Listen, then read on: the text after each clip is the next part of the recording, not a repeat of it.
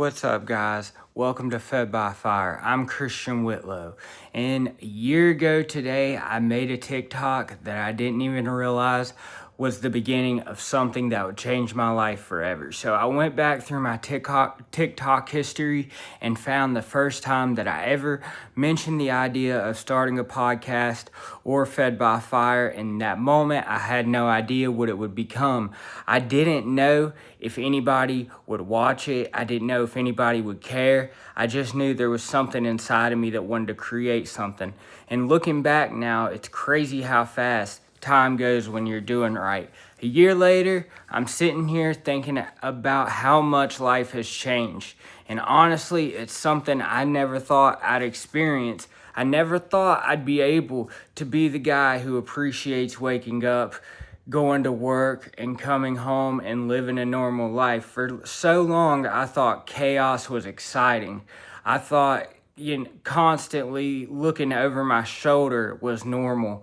I thought the stress, the court dates, the bad decisions, and everything that came with that life was just how it was always going to be, and that's how I was always going to live. But you don't realize how beautiful a normal life is until you've spent years without one.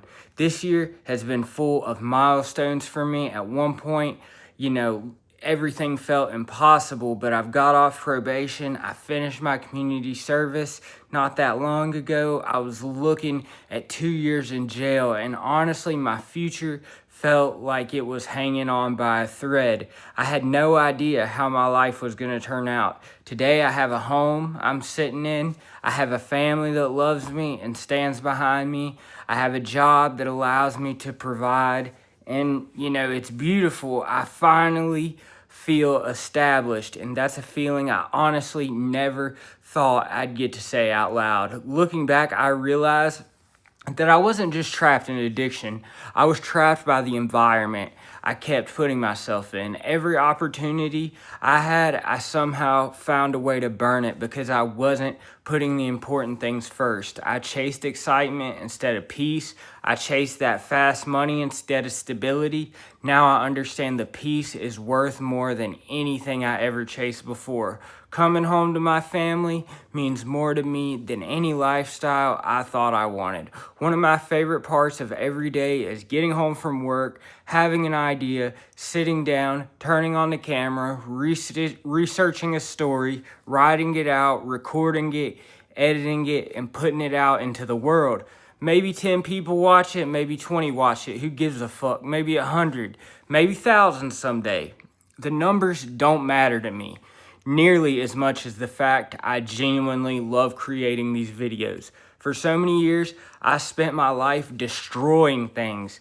Now I spend my time creating something, and this podcast has become one of the greatest gifts I've ever given myself because it gives me a purpose when I'm not working that 9 to 5, providing for my family, something to do with my idle time. And I've always loved cameras since I was a kid. My mom, let her rest in peace. One time she got me a camcorder from Aaron's, and you rent it, and eventually money got tight and we had to send it back. But I was obsessed with being the guy behind the camera.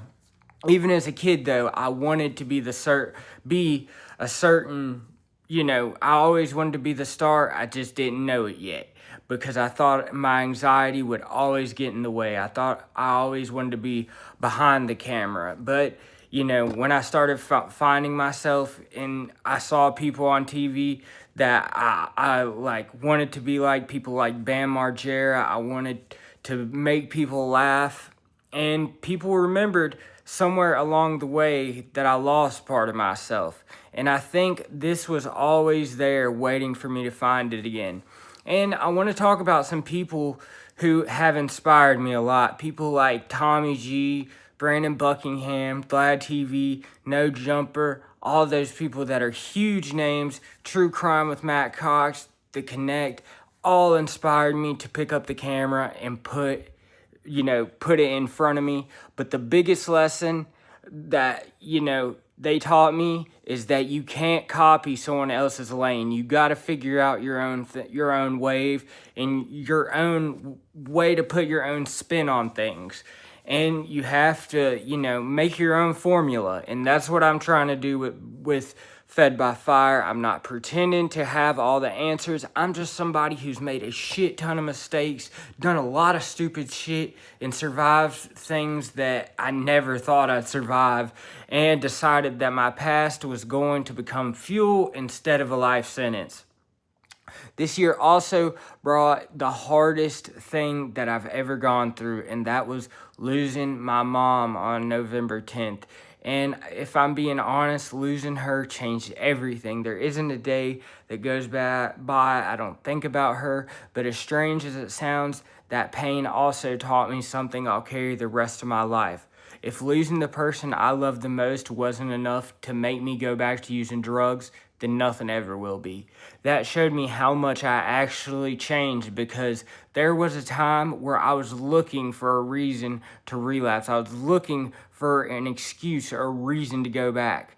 I've actually, in this time, I was able to show myself how much I've actually changed, because there was a time when, like I said, any inconvenience became an excuse to use, and that day, today, it isn't.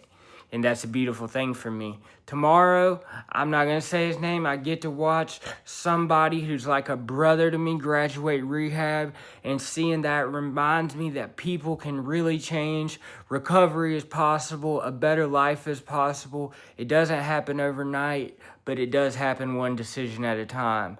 I know not everybody watching this believes in God either. That's okay. I'm not here to preach to anybody. I'm just telling you what happened in my life. I didn't start praying because everything got better. I started praying because I needed strength to keep moving when nothing was getting better. I stopped asking God to instantly fix my problems and started asking Him for courage, discipline, and the wisdom to face them. Looking back now, I honestly don't know how I could look at where I was and see where I am today without believing, God had His hand in my life. Another very big lesson I've learned this year is that your life doesn't change because of one huge moment. It changes because of small decisions repeated every single day.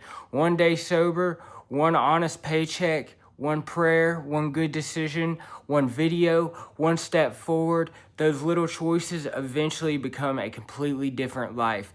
And I think that's what people are really missing. They're waiting for one giant breakthrough. And I had to figure that out myself too, is nobody is coming to save you. When they're waiting for one giant breakthrough, when in reality, a breakthrough is built one ordinary day at a time. If you're watching this and you're battling addiction, just know that it's all good until one day it isn't. Eventually, every addiction collects its debt. You either stop or you're going to be forced to stop. Don't wait until life makes that decision for you. Find something you love. It doesn't have to be, for me it was YouTube. It doesn't have to be YouTube. It could be tattooing. It could be working on cars. It could be music. It could be photography. It could be building businesses, or anything that gives you some type of purpose, because purpose has a way of replacing the things that were destroying you. And there's a saying I've always loved: if you love what you do and do what you love, you'll never work a day in your life. A year ago, this podcast was just an idea. Today, it's become a part of who I am. It's given me purpose, it's given me direction, and it's given me something to build when I could have gone back to just fucking destroying myself. Even if only 10 people watch some of my videos, those are 10 people who spent part of their day listening to something I created, and I'll never take that for granted. So here's 1 year to Fed by Fire, y'all. Cheers. 1 year to growth. 1 year to learning, 1 year to healing, and 1 year of proving myself that my past doesn't define my future. But I'm not trying to come off as arrogant in no way. You can look at my subscribers. I only have 51, but I appreciate every one of those 51, and I'm still climbing the mountain, and I have a vision, and I'm in my process. I'm getting there. And, I'm nowhere near where I want to be, but for the first time in my life, I wake up excited about what's ahead. And as long as God gives me another day above ground, I'm going to keep climbing. Thank you guys for watching. Thank you guys for being here to watch the growth of Fed by Fire. I have some reactions coming your way. And, you know, me and my wife, we have this little agreement where because we don't work at the same place anymore, that when she's off, I don't work on videos because, you know, I just trying to be present with her. So this and the reactions probably all they're going to be for the weekend, but I got a lot of more fire coming next week. I also have a couple interviews coming, so be on the lookout for those. As always, be good or be good at it. Peace.